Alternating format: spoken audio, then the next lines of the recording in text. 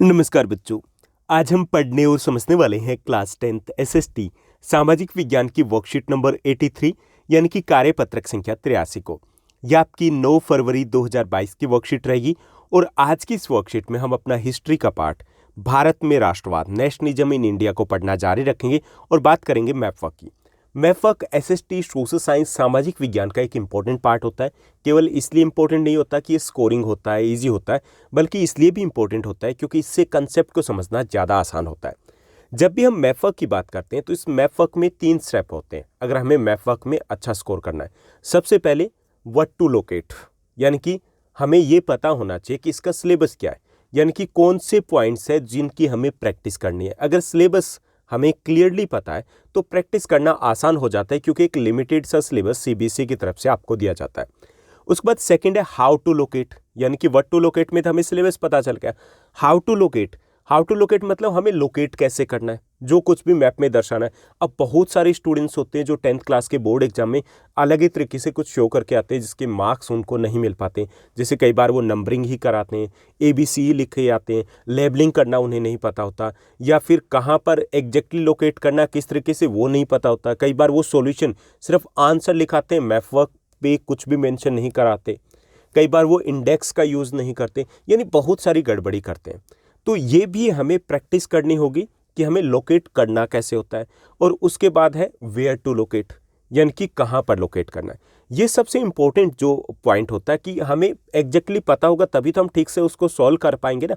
इसमें भी गड़बड़ होती है। गड़बड़ क्या होती है कि बहुत सारे बच्चे होते हैं जो एक तरीके से हेल्प वो किया कहीं पर देख लेते हैं कि ठीक है यहाँ पे लोकेट करना है, लेकिन जब वो एग्जाम में जाते हैं तो एग्जाम में जब मैप को देखते हैं तो कंफ्यूज हो जाते हैं क्योंकि मैप में सारी जगह एक जैसी दिखाई देती है।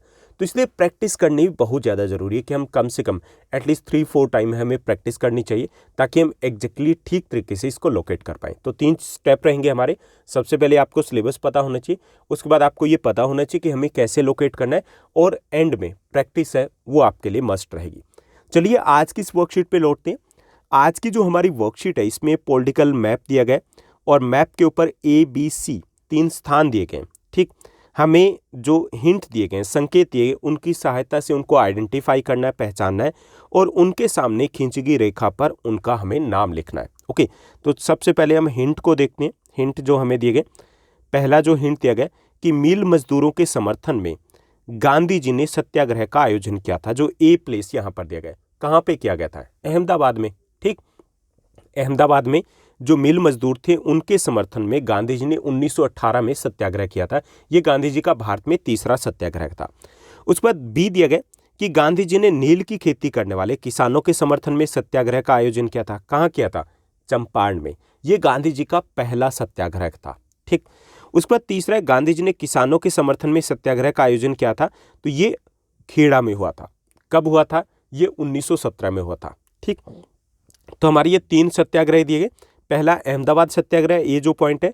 बी जो हिंट दिया गया ये आपका चंपारण सत्याग्रह, और तीसरा आपका खेड़ा सत्याग्रह।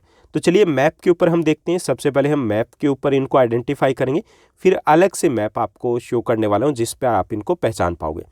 तो सबसे पहले देखिए ए जो प्लेस दिया गया है, यानी कि यहाँ पर एक बार मैं आपको अलग से थोड़ा सा बना करके बता रहा हूँ कि ये जो यहाँ प्लेस है इसके और इसके सामने ये वाली जगह, यहाँ पे आपका अहमदाबाद होता है।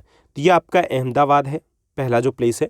ठीक, उसके बाद दूसरा जो बी दिया गया है ये आपको ऊपर देखिए बिहार में ऊपर की तरफ है, यहाँ कोने में, यहाँ पे आपका चंपारण आ जाता है। सी है चंपारण। ठीक, ये आपका चंपारण सत्याग्रह जो किया गया था, यानी कि चंपारण आपका प्लेस आ गया। तीसरा जो ये प्लेस है ये आपका खेड़ा है। ठीक, KH खेड़ा। क्लियर कर लोगे ना?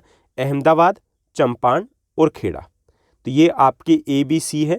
इनको कैसे आप लोकेट करोगे अपनी नोटबुक के ऊपर? तो इसके 2 तरीके रहेंगे। एक तो ये कि मैप को आप अपनी नोटबुक के ऊपर पेस्ट कर सकते हो, दूसरे ये कि आप मैप को ड्रॉ कर सकते हो। अगर दोनों ही नहीं कर सकते हो तो एटलीस्ट आप आंसर लिख सकते हो। ठीक, यहाँ पे देखिए मैप में मैं अलग से आपको शो कर रहा हूँ कि जो इंडियन नेशनल मूवमेंट के इंपॉर्टेंट हमारे प्लेसेस है, ये मैप वर्क भी ऑलरेडी मैं आपके साथ शेयर कर चुका हूँ। तो यहाँ पे देखिए ये आपका अहमदाबाद है यहाँ पर, और ये यहाँ थोड़ा सा नीचे की तरफ, अहमदाबाद ऊपर हो जाएगा थोड़ा सा यहाँ, और उससे थोड़ा सा नीचे की तरफ आपका प्लेस जो होगा वो हो जाएगा खेड़ा। ठीक, और ये आपका यहाँ पर ऊपर कोने में आ जाता है चंपारण। तो तो ये हमारे 3 प्लेस दिए गए। ये आपका अहमदाबाद ए दिया गया है, ये खेड़ा आपका बी है, ये खेड़ा आपका ये ए है, ये आपका सी है और यहाँ पे चंपारण आपका बी है, जिनको आपको लोकेट करना है। तो ये थी हमारी आज की वर्कशीट। उम्मीद करता हूँ कि सब कुछ आपको अच्छे से समझ में आया होगा। अगर आपको ये वीडियो, ये वर्कशीट अच्छी लगी तो इस वर्कशीट को लाइक और शेयर जरूर कीजिएगा।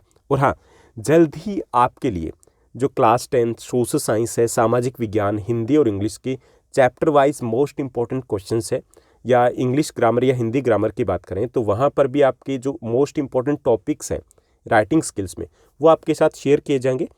नेक्स्ट वीक से मैं पब्लिश करना शुरू कर दूंगा और होपफुली नेक्स्ट वीक तक आपको टीचर्स की तरफ से भी एक ग्रीन सिग्नल मिल जाएगा कि वर्कशीट के साथ कंटिन्यू मत कीजिए, रिवीजन के ऊपर फोकस कीजिए।